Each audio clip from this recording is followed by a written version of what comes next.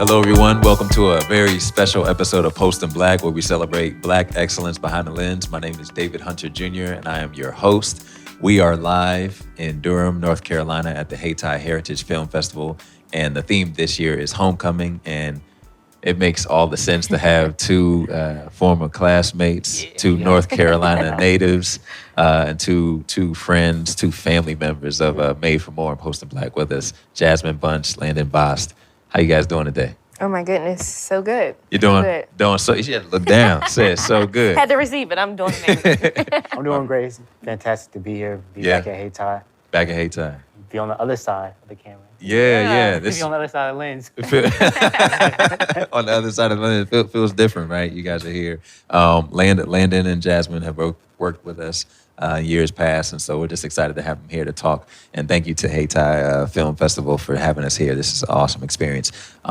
You all know, working with us, we always like to jump in with an icebreaker. So before we start the conversation, talk about Post, considering the theme is homecoming, if you had the chance to be a professor or a teacher, what subject or class would you teach yourself? I'm taking you back to school. Yeah. I know. What class I would teach? I think I'll just do something chill, like PE, like basketball. Like, I feel like I should say something like real academics, but just something fun. Yeah. Outfit. There we go. Okay. I would teach a creative writing course. Very on brand. Mm-hmm. Very on brand. Black history, Black culture focus for sure. Yeah, definitely. I would want to teach something that we don't learn that we actually need. You know what I mean? Like teaching something about real estate or and things about finance, because I said this earlier when I was speaking to someone. I got in trouble in school for making a joke about not seeing X equals 12 or something at an ATM, and they didn't think that was funny, but I have never seen it. Yeah. I've seen withdrawal 20, withdrawal 40, 100, or would you like to choose your own amount? But I've never seen X equal 12. I never used it. So never in my everyday life have I been like, Pythagorean theorem. Nah. You feel me? Yeah, but we need to learn about the real estate and all that too. Yeah. So we're going to jump into Post. Obviously, you both have a background. Tell a little bit about yourself, Landon and Jazmine. We'll start with Jazmine, International Women's Day. So you can speak to Women's first. Love it. who you are and what it is that you do. Yeah, so I am Jazmine Bunch, and I pride myself on being a storyteller, a creative, and a mover and shaker. I like to say I make things happen.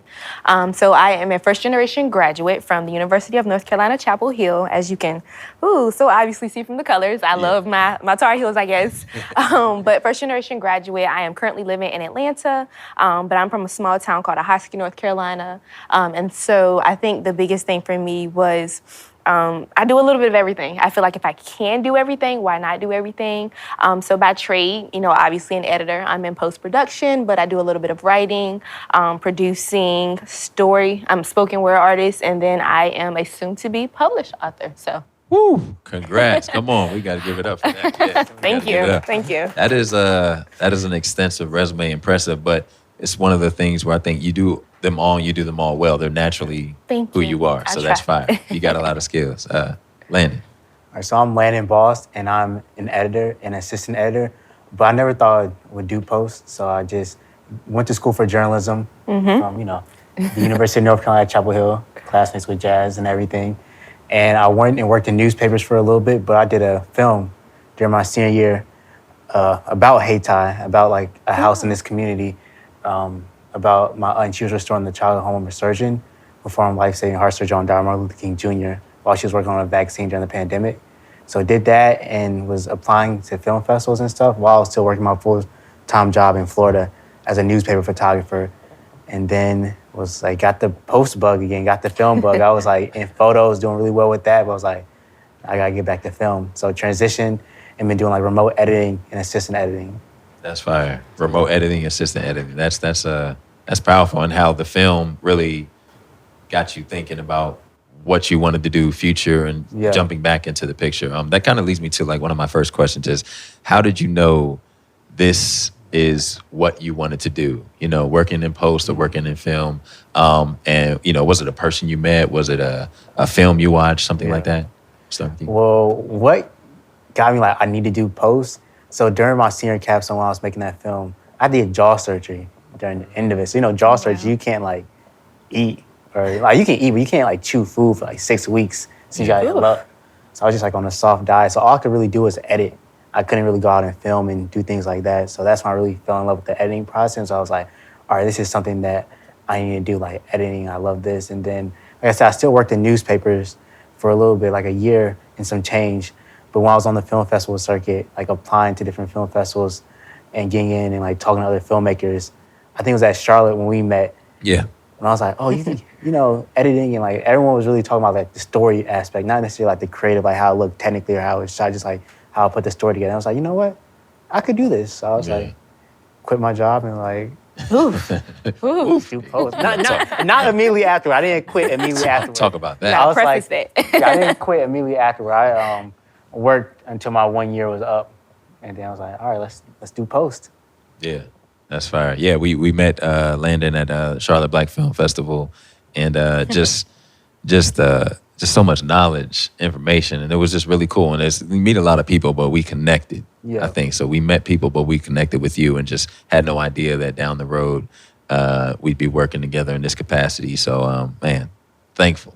I know. Thankful, very thankful. Jazmine, how about you? What was it about this? How did you get started? Similar to Landon, I feel like I didn't mean to end up in post necessarily. So journalism, I actually started in psychology, but the thing that kind of made me transition to journalism was the stories. I love the storytelling aspect, but I think I still didn't quite know where I wanted to be in that, but I just wanted to tell stories and I was creative. And so I'm in journalism, I'm thinking I'm gonna go into news, and 2020 comes. We got COVID, we got, a racial uprising after George Floyd. And there's just so much happening in the news where I knew that I didn't want to be in news anymore, but I didn't know where I wanted to go. And I didn't know quite what path to take from there. And so, obviously I feel like in 2020, there was just this experience of collective Black trauma. All of us were hurting for so many reasons. And I know for me personally, I've always been, a writer, a creative. So for me, journaling and kind of expressing that was how I did that. And so sadly enough, in 2020, I actually experienced loss, in my own home. And I lost my blood brother. And so from that, in addition to like everything that's happening around the world, back in my small hometown where I'm kind of like, sheltered in place for COVID, there's a lot of gun violence happening. And so for me, I just feel like I was to a point where I was hurting from everywhere and I needed a way to release it. And so I wrote this spoken word piece called A Charge to the Game, and it was kind of focused on the experience of losing my brother, but also of losing so many brothers in my hometown. And to be quite honest, I didn't expect it to be what it was. I obviously went around my hometown with my iPhone and the little Filmic Pro app that we use at UNC, and like an $11 Amazon tripod. And I went around and I had my nieces and my nephews as my my production assistants. And we were shooting it. And funny enough, the first day that I shot everything, I didn't like it. The shots were like not focused. My nieces and my nephews were not helpful. And I was like, oh my gosh. And the piece, I didn't feel comfortable in it. I didn't feel it.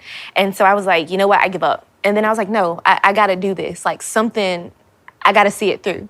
So I went out day 2 by myself. It started to get dark on me and everything. And I did it. I did the piece. I recorded everything I needed, edited it. It always gets me, put it together, and I posted it on Facebook, and I did not expect it to go viral the way it did.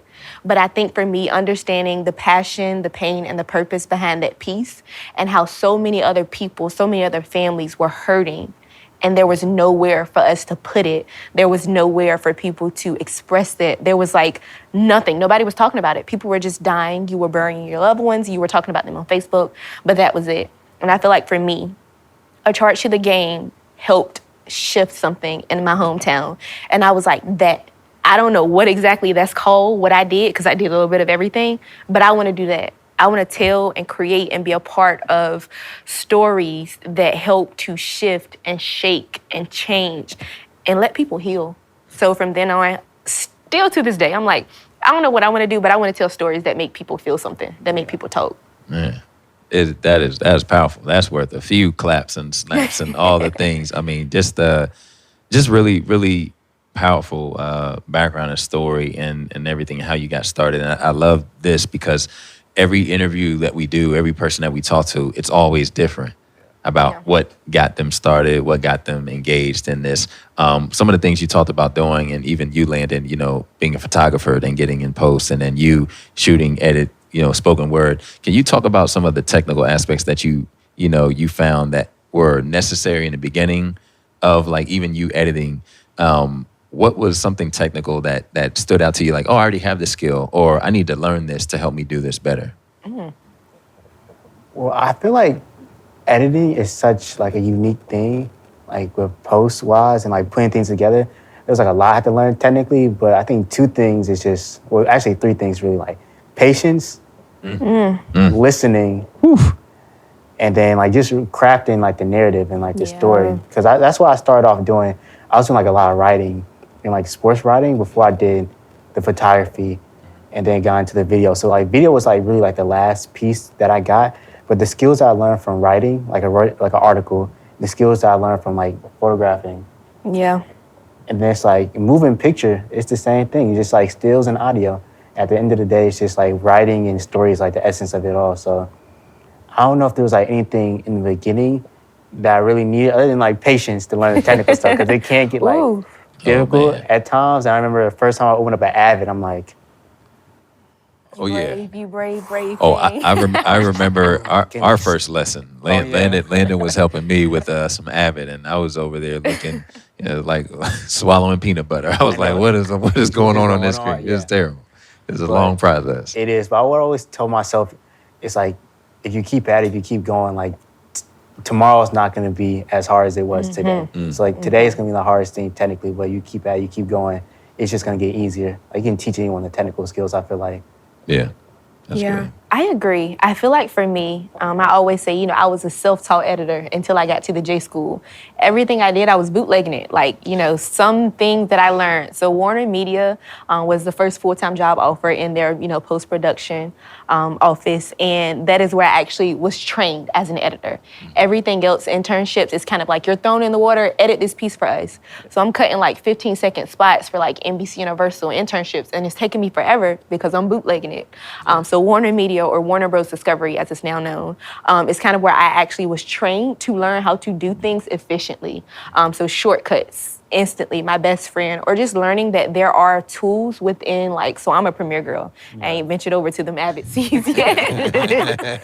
But Adobe Suite's my friend, and learning that there are tools already nestled inside of, the Adobe Creative Suite, or create your own shortcuts. That was a game changer. So like now, an edit that like would have normally, or not normally, initially when I first started, take me like days, I can knock out in a day, or like I can knock it out in a couple of hours, and I'm like, oh, I'm good like that. Okay, it's the shortcuts. But can you talk to that though? Like as an editor, like obviously there's people doing TikTok videos, people editing their own things, iMovie, and I keep saying people, but I should say me doing those things. But like, can you talk about how long it took for you to get comfortable with that? Obviously you said hours and days, but when you're taking that time to learn that process, just coming out, is it daunting to the point where you say, I don't know if this is a road for me, or like Landon, you keep going and say, I'm going to fight through? Like, because obviously Warner Media taught you, what was it about them, I guess, that they helped teach you to give you confidence to keep going?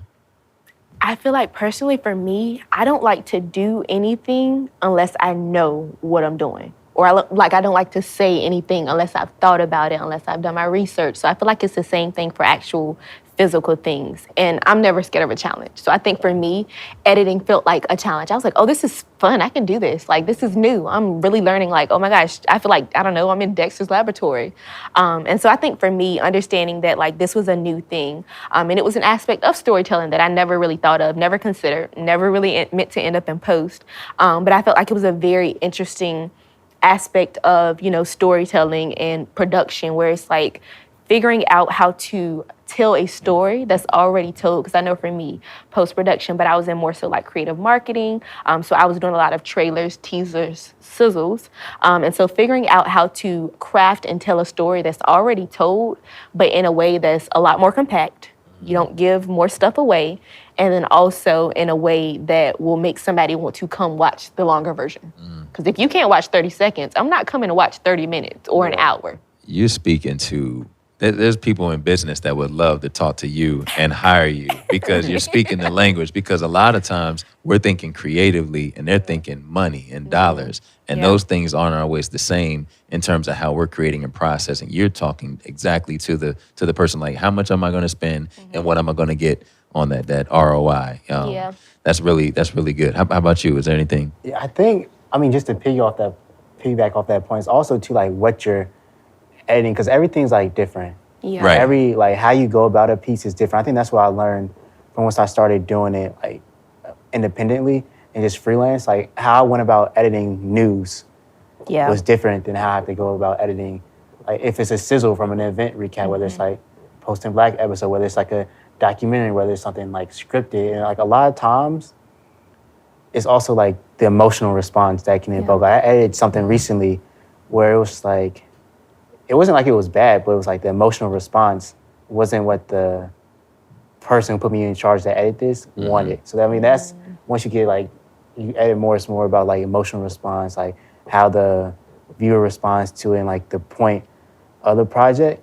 Yeah. But yeah, I think it's just like getting yourself out there and editing like as much content, Yeah. like varying Getting- content. There's just things getting- that like I've edited that was like, all right, I knew I can edit this and like did a good job. There's things I've edited where I was like, I don't know if I can do this, did a good job.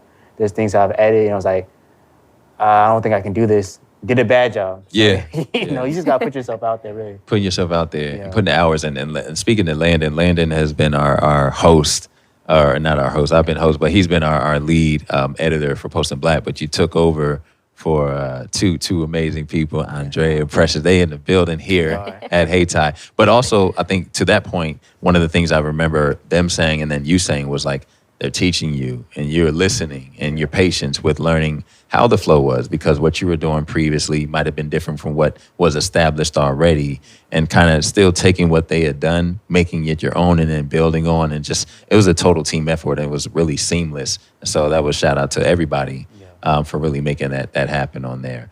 You talked about one of the things was you switching from different platform, from taking photographs to editing, working on your own projects, poet, and now transitioning into water media.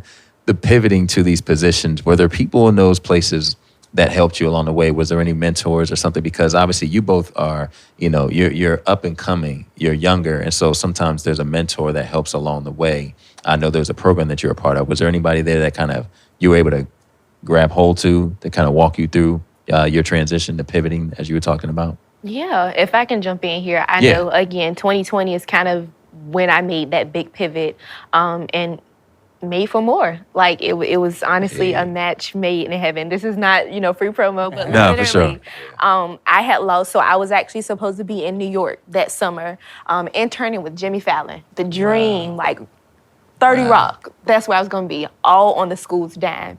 And COVID said, yeah, absolutely not. And so I had to figure out what was I gonna do, because I needed that. Like, I just felt like I really needed that. That was gonna be my first actual entertainment, like, internship. And so I was like, I gotta figure out how to pivot. And so I literally went like searching, pulling all the straws that I could. I didn't have any entertainment or media mentors yet. Everybody was still in journalism and news. And so I literally went grasping for straws in this listserv, and I was like, hey y'all, this is the deal. I was supposed to be in 30 Rock. My heart's broken. Somebody help me. And funny enough, Tatiana from Made for More Entertainment, I was like, what is this? Like, what? And she's like, I'm in Durham. This is my team. This is what we're about. And literally just reading the website of what Made for More was about, it spoke to me. And from then on, long story short, locked in. But I really feel like I give y'all flowers all the time, but y'all were my first set of actual mentors in this industry and in this field, and I am so very grateful. And if I don't know, I'm gonna get on my soapbox, but literally the first meeting that I came to for Made for More Entertainment, so I had just lost my brother, and I was like, you know what, y'all, I can't do it. And I was like, I'm gonna get on. And literally the first meeting, we did yoga. I don't know if y'all remember that, but I needed that. I needed to know that, first of all, there was people like us in entertainment, and to be honest, I didn't know that. I was so used to seeing news. I was so used to seeing UNC news, which looked like predominantly white men. So pivoting, I was like, I don't know if it's a lot of us here, but I saw y'all saw me, Like, and I don't know. That was literally the first moment where I was like, okay, I can do this. I have people. I'm going to find people. God's going to send me to people and send me people. So very grateful for y'all for being my first mentors. And obviously haven't gotten rid of y'all yet. So No, we locked in with you, Jad. Like we are going to be working together forever, for years to come. So really grateful and just, thank you. Of course. Landon, how about yourself, man? Mentors. I feel like there's so many people. Yeah. I mean, You can name a few, yeah. I'm trying. I mean, Charles Lord II, he's helped me out Yeah. a lot with giving just like feedback and advice and mentorship. I'll say the first person I ever reached out to about film stuff in general was like Jonathan Vogler. He was a producer on the Jordan documentary, Last Dance. But it was funny because I'm coming from news background. So when you hear the word producer, it's the person who's cutting the video. And in post, that's not the case. A producer does not cut the video, which is something that I had to learn. But he still gave me great advice. And he recommended me to people. And that's the thing, like every person I've reached out to, they recommended me to someone else. Yeah. And so now there's just so many people that's like helped me. And I built this like film mentorship. It's like, if you need anything, just reach out. And it's just like, if someone says like, if you need anything, reach out. I mean, follow them up on that. I mean, because this industry seems like big, but in reality, like the industry is a lot smaller than what you actually think, especially what I thought when I first came in. Yeah. Yeah. And then if I can, I'd be absolutely remiss. I have another mentor. Her name is Brittany Hendricks. So in my senior year, UNC finally got something right, and they paired me up with a Black woman who was a UNC grad, and she's actually in post-production in LA at Media Red Studio. And I mean, she was literally a godsend. She kind of taught me everything I needed to know about full-time job hunting, about post, which I didn't really mean to be in, but, God is intentional. And literally, I don't think I would have gotten my job at Warner Media without her. So she's been amazing. We're still in contact, but I think Brittany was really godsend. That's fire. Yeah. That's fire. And obviously, we're doing this video, but we're in person. So if there's any questions, we'll ask if anybody wants to ask them. You mentioned Brittany. I want to ask you, too. It is International Women's Day. Yes. And being a young Black woman, how has it been for you? Obviously Warner Media, but how has it been for you navigating the industry outside of, Brittany? Was it hard to see other, we're posting Black. Mm-hmm. We don't really see a lot of Black people in our field. So we're really trying to highlight that. How was it for you navigating? What did you learn? What are you still learning? Yeah, I'm learning. I learned, and I guess I'm still learning. We are crown jewels. There are not a lot of Black women in post. And whenever I tell somebody I'm an editor, they're like, oh my gosh, like, come work with us. Come, we need you. We don't see that often. So that was kind of surprising to me, but I guess not shocking. And to be honest, I don't think it's really hindered much of anything. I guess like a small, hot take is that I feel like as a woman, sometimes I do steer away from sports related jobs because I feel like, especially with Warner Media, we have Turner Sports as well. So I've had men in the industry who have been great mentors. One of my other mentors, Leroy Williams in Turner Sports, has taught me a whole lot, but I feel like still sometimes I've been kind of like, sports is going to be tough and, leave it to the men. But other than that, I feel like I've had a pretty okay experience. I know that there aren't a ton of us, and so because of that, I feel like it makes myself and, other Black women editors super unique, but no real trouble navigating other than that. Gotcha. Well, we're going to pivot really quickly. We're in Durham, North Carolina. Obviously, I live in Los Angeles and lived there for a long time. Not everybody lives in Los Angeles. Not everybody's going to. Not everybody wants to. What is it like for you working in the markets that you have now in Atlanta, working in Charlotte, but then back and forth, and then obviously maybe having the pull to go to Los Angeles? What has it been like that for you? And is there a desire to move to a bigger market? Do you feel like you need to? What has been told to you, obviously, as you're coming up? Yeah, I mean, definitely like starting out, but I feel like it's also different since, I really came in during the strikes and a lot of that stuff, impacted just work in general. But I think because and just jump in real quick, things have become more remote. Yeah, more remote. Right. Yeah, they become more remote. So I think it's actually helped me because now I can reach out to people who are in LA and do work with them and be remote. I mean, a job that started next week for me is like an AE position that's remote based in LA, but I can do it here. So I mean, it makes the industry a lot smaller. But then also too, I think it's always good to network with people who are in those bigger markets. And a lot of times, I mean, people are open to talking to people. They don't have to be in the same city as you are. So, I mean, I've been able to reach out to a lot of people who are already based in LA and form like meaningful relationships with them and like just learn the industry from them. So I do feel that draw now to move out to LA. I feel like I'm not starting from like ground zero whenever I get out there, because I know that can be, you know, difficult. Just life in general, transition to a new place, then doing work like, you know, the film industry where it's like a lot of the jobs you just gotta like know the people. So I think building your network where you're at, like start local, because that's what I did too. That's good. I started local in North Carolina and built like a lot of meaningful film connections here in North Carolina, and then also do whatever you want to be, where it's at, like LA, New York, Atlanta. I mean, you can really do both. Do both, yeah. You can have hybrid too, and you know, people say it's like, oh, it's who you know. Really, it's actually who knows you. Because you can know everybody. Yeah. And, you know, I know their email, I know what they work for, but do they know you? And having that type of relationship, I really think translates to that. Yeah. What about yourself? I agree. I know in the beginning, obviously, everything was new. I didn't even know what I didn't know. But I think in the beginning, I had this idea that what I wanted to do, I couldn't do here in North Carolina. And I hate that I thought that, but you know, we were young. Right, for sure. And so I moved to Atlanta, but I feel like at the same time, I was like, I don't know if I'm ready to just make the big move to LA. And even New York was a little scary for me. I'm a small country town girl. I'm from the South. I'm like, whoa, those are different worlds. And so for me, I felt like Atlanta was a perfect medium. And I was also coming to Atlanta, and I feel like it's continuously growing. But the film industry is growing. But I think the thing that I personally love about Atlanta and that I feel like is just right for me is that it's a lot of Black film and Black excellence and Black culture. So that part is never lacking. But I do feel like with that, you kind of get not necessarily pigeonholed into specific content, but it's like, if I know I might want to work on different things, if I might want to work on like network shows, I might not be able to do that in Atlanta if I'm not working for Warner Media, or if I want to work for specific shows. I think that kind of limits that, you know, where you are kind of determines what kind of work you do. So that's a really strong point. My brother worked for Sony for years, and I remember he did something, and he had a great time. Still friends with a lot of people there, but he worked there, and he had to do an interview. He was 25, 26 years old, and he said, "Man, I don't know if I'm going to work at Sony anymore." And I was like, "Why?" He said, "Man, there's a guy I had to interview, and he was like upper age, everything. He was so like felt like desperate to get that position." And I was like, "Man, there's like a ceiling here." He said, if he feels like that about working at Sony, I could leave here and probably work anywhere. And so he left, and literally everybody that he went to was like, "Oh, you worked at Sony?" And he just had kind of carte blanche of whatever he, you know, really wanted, opportunities and experience. So that was just a different perspective.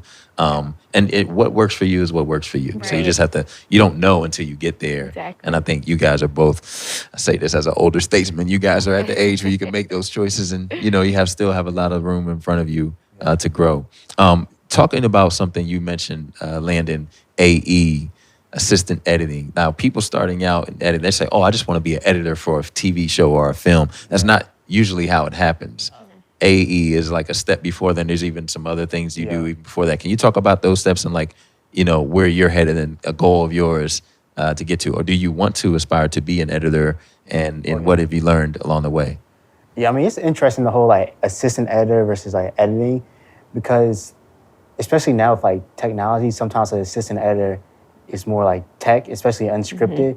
You're not necessarily like sitting next to the editor and doing like a lot of creative stuff, which in scripted you do more creative as an assistant. But just assistant editing in general is just more so like managing the media, making sure that it's prepped and ready, so when the editor gets to their workstation, they can just focus on the creative.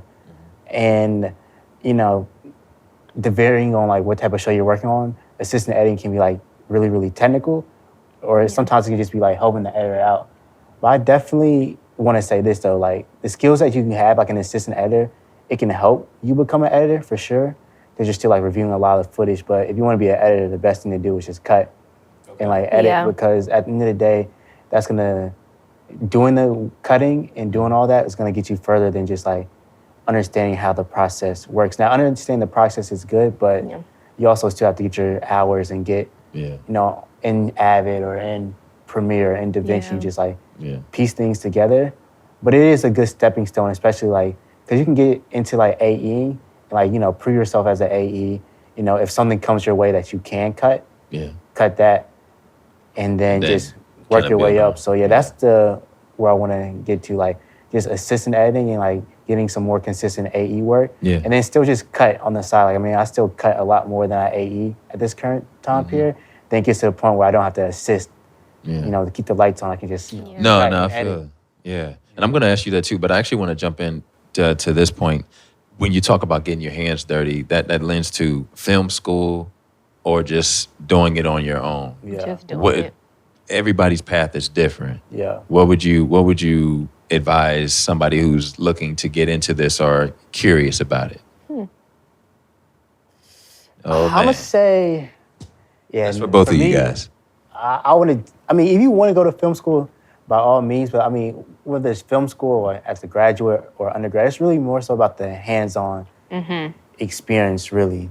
So I mean, if you feel like you need to be in a location where you need more, like, practical experiences, you need more of a community sort of say. But if you're like more of an independent learner or someone you feel like you can go out on your own and get it, I mean, I'll say, like, I wouldn't pay for school. I mean, I wouldn't recommend, like, I wouldn't. We do promote going to school and education. Go to school. We do promote school education, but I feel you. Yeah, I wouldn't go to film school. Yeah, I completely understand Landon's point, and I feel like I'm a great example of that. You know, although we both were in journalism school, and I feel like that teaches you the basics, the necessities, the technicalities of it. Still, I realized all too late that what I wanted to do probably would have been best served in our comms department, but it was too late. And at that point, I had to do what I had to do to make things shake, to make myself competitive to these internship programs and to these employers. And with that, being able to just say, you know what? Okay, I'm learning, you know, journalism and anchoring and, you know, all the news things, but I'm going to take, you know, my time on the side. And I was taking my part-time job and figuring out a way that I can edit and cut. I was taking my extracurricular spoken word organization that I was leading, and I mean, not instead of, you know, doing the duties I was supposed to as president, I was also hosting full-fledged productions, putting our, you know, shows on Apple Music and Spotify podcasts, doing whatever you can to show that you're a storyteller, because at the end of the day, that's all they want to know. Can you cut? Can you edit? And even to Warner Media, I didn't really have a ton of edit experience when I was hired. I literally had a semester's worth of maybe like 3 spots from NBC Universal, but they saw that I was able to craft a story from those things and the other things that I was doing. And they also seen that you're a go-getter. If you're gonna go and create your own movies, your own promos, they want you on their team. For sure. That is really it. It's not a handout. You gotta go get it. Yeah. We got a time for like a question or two. Anybody have a question? We have a few people here. I know we're gonna wrap this up shortly, but this has been exciting. Before even wrapping up, I guess if there's no questions on this end, you have a question? Oh, Tatiana. Yeah, sorry, the audience has a question. Yeah. So I know there's been like lots of talk around AI, and people are very scared of it because they feel like it's going to diminish jobs. Yeah. But there's also things that can be helpful. So I'm wondering if there's any resources or platform softwares that you all use that are like AI focused that have been helpful. And I'm just going to repeat that into the mic just in case anybody didn't hear. Are there any tools, AI related, that you would recommend that are helpful? Because obviously people may be a little wary of using it because they don't know about the technology. They think it's going to take all the jobs, or people are diving right into it, and we don't want people to left behind. So where you guys stand on that? I mean, I haven't delved too much into like AI with, as far as like film making. I mean, I use Otter, but that's just like, you know, transcribing notes. But that helps out if you need to like script sync, you need scripting. But other than that, I mean, I heard of this one AI. It's a little bit new. It's called Kino. Yeah. AI is more so like the script. Yeah. Like a little scripty, like kind of like does some assistant editing work. But I think, I mean, I don't have like is AI good, is AI bad? I mean, of course, like you don't want it to be taking people's jobs, but if it can like help the creative process, if you can take like some of the tech work that an AE does, and like instead of them like having to group and sync footage for like 8 hours a day, they can sit next to an editor and learn the craft. I mean, I wouldn't mind AI being implemented in that standpoint. Right. Especially I agree. if, you know, the person wants to cut. That's right. Yeah. I think same. I haven't really delved much into AI. I was one of those people that's like, ooh, that's some scary stuff. I ain't messing with it. But funny enough, at the moment where I was like, this AI stuff is getting kind of out of hand, we actually just had, it's called State of Creatives in Atlanta. And it was kind of like a town hall for creatives. And the first thing he started off with was talking about AI. And he showed us this clip of like how they were able to take a picture, a photograph, and turn it into a video of this woman in the picture walking through Times Square and singing. And it was like so realistic. And he was talking about it, and we were all like, ooh. But I think the biggest thing that he left us with, the nugget, was that AI's coming, whether we like it or not. And as creatives, if we use it to our advantage, it'll help us ensure that we're not left behind. Yeah. So I think that's the biggest thing. So I'm still a little weary, but I feel like AI is definitely something that us as creatives it's wanna coming. get into. Us as creators, us as Black people in Yeah. general, because a lot of times we're on the back end of a lot of things. Yes. You know, oh, that's scary, or that's there, and then people are like, yeah, it's scary, and then they learn it, and then we have to pay them That's to teach good. us how to do it, and they're advanced and do that. So I was like, we need to really like put the foot on the pedal and use it for its advantages. And just really become aware. It's just about information. You know, that's really what it is. That's what the post and Black community's for. It's lack of awareness, opportunity, experience, all of that. Any other questions we have? Any questions? Yes, ma'am. Yeah. Yeah. With editing, we always hear about like it's cumbersome, it's a lot of work, it's a lot of, you know, and then on the flip side, oh, I get to tell the story and all that stuff. You know that. But what are the intricacies and what about the process of it? Do you love what brings you joy when you're sitting in front of that screen for like 12 hours a day? Yeah. What about editing do you love about the process? What is it that you like? I know for me, it feels like putting together a puzzle. And I was one of those nerdy kids that I love puzzles. I love the challenge of it. And so I feel like for me, especially edit, and especially when it comes to like creative marketing, so those short form stories, figuring out how to take this bigger picture and break it up and make it smaller in a way that is entertaining and it brings people in. And I feel like for me, the most like rewarding feeling is after, you know, sitting at the computer, just working for hours, whether it's a trailer, whether it's something original, and sitting in front of a piece and being like, dang, I did that. Like, yeah. That's fire. Georgia. I mean, I'll, you know, piggyback off that. It's like the whole puzzle thing, especially if you're doing unscripted or, Oof. you know, a documentary, you get all this footage and everything. It's just like, well, we'll see what we can do with it.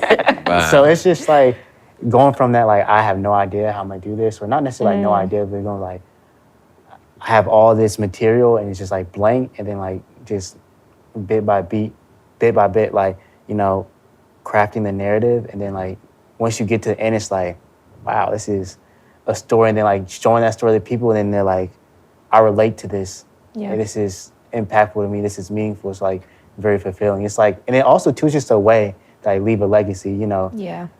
Eventually I'm gonna die. But like this videos and like the stuff that I make, it's gonna live on and it's gonna be there. So it's like a piece of me I can leave on earth, like an artifact. No, that's the power of filmmaking, you know, entertainment in general, music, all these things. They outlive you. They last longer than you there. And, you know, really, really thankful for just the words and experience. Everything that you guys shared is really powerful. Before we wrap it up, always want to know what you're working on next and where people can like stay in touch with you, social media, or anything like that. So just if you mind sharing that. Yeah. All right, so what I'm working on next, so I have a assistant editor gig. It's gonna be on a reality show. So, Come on, say that with your chest now. Say that, yeah. so can't say too much about it, but Yes, I sir. think it's gonna be on Max. Yeah. So Ooh. you'll Fire. see it on Max. And then other than that, just editing, you know, other projects, you know, Post in Black, Yes, sir. a feature documentary about Mike G of the Jungle Brothers, Humble in the Jungle. And then, yeah, just taking like other editing work as I can get it. And then like a student impact campaign with like the Beat Goes On project. No. Okay. So that's with the Drum Major Coalition with Martin Luther King III and Mario Van Peebles. Yeah. So that should be fun. That, you know, starts now. And then where can you find me? Instagram is the best. So yeah, just Landon.Bost. So that's the best place you can find me. But Yeah. Gotcha. you know, you can reach out to my website and like get in contact with me that way too. For sure. Yeah. Jazz. I'm not out here in these streets like Landon. Come on. but- Now. Yeah, you here. I have grown. I have, you know, got this newfound love of cutting trailers for short films. So that is kind of what I've been doing, I guess, creatively to feed me, freelance. And then I'm also, I think the biggest baby that I'm working on right now is my first novel, which will be releasing very soon. So that'll be released April 17th. It's called Anesthesia and the Blood of Jesus. So that's been the biggest thing. But also, while that's wrapping up, transitioning back into creative media full time. So. Awesome. Well, thank you guys. Thank you, Hayti Heritage Film Festival. Thank you, Durham, North Carolina, for this amazing opportunity. And let's give a round of applause for our panelists again. And We'll see you next time. Thank you guys. Thank you all. Appreciate it.